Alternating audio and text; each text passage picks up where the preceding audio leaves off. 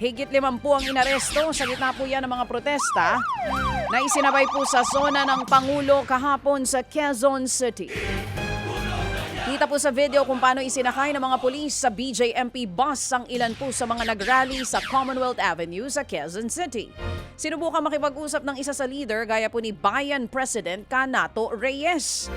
Sinubukan din nilang pigilan ng bus at pigilan po ang pag-aresto pero hindi ito umubra sa mga pulis. Bakit inaresto?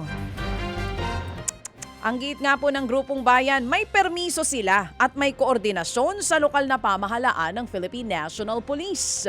Ayon po kay PNP Chief Police General Jose Melencio Nartates Jr., may mga nilabag na ordinansa ang ilang mga rallyista. Ano yun?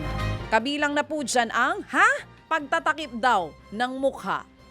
Yun daw ang nilabag. Sa iba pang balita mga kapatid, iniimbestigahan na po ng mga otoridad ang pagpapasabog po yan sa labas po ng opisina ng Department of Justice o DOJ at ang natagpo ang hinihinalang pampasabog. Sa labas naman po yan ng Senado, pasado hating gabi kahapon nang may sumabog sa bangketa po yan sa labas ng gusali ng DOJ sa Padre Faura sa Maynila. Tumalsik din po ang mga tipak ng lupa kung saan posibleng itinatanim ang pangpasabog. May dadiskubre ring hinihinalang improvised explosive device malapit sa Senado. Tumambad po ang ilang bagay na ginagamit sa pampasabog katulad po ng 9 volts na battery blasting cap, timing device at plastic jar na may lamang hinihinalang explosive material. Iniimbestigahan na po ng Philippine National Police kung sino ang nasa likod ng dalawang insidente. Iniimbestigahan naman ng mga otoridad ang kumakalat na banta sa social media laban sa mga mag-aaral at guro sa Las Piñas. Nagtutulungan po ang DepEd at Philippine National Police Anti-Cybercrime Group para po sa investigasyon. Posible umanong mga estudyante din ang nasa likod ng pagbabanta.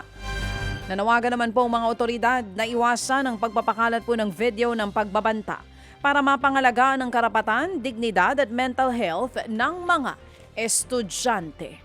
Mga kapatid, patuloy po kayong tumutok sa 105.9 True FM para sa totoong balita, impormasyon, music and entertainment. Mag-subscribe sa aming YouTube channel at podcast at sundan nyo kami sa Facebook, Instagram, X at TikTok sa True Network PH.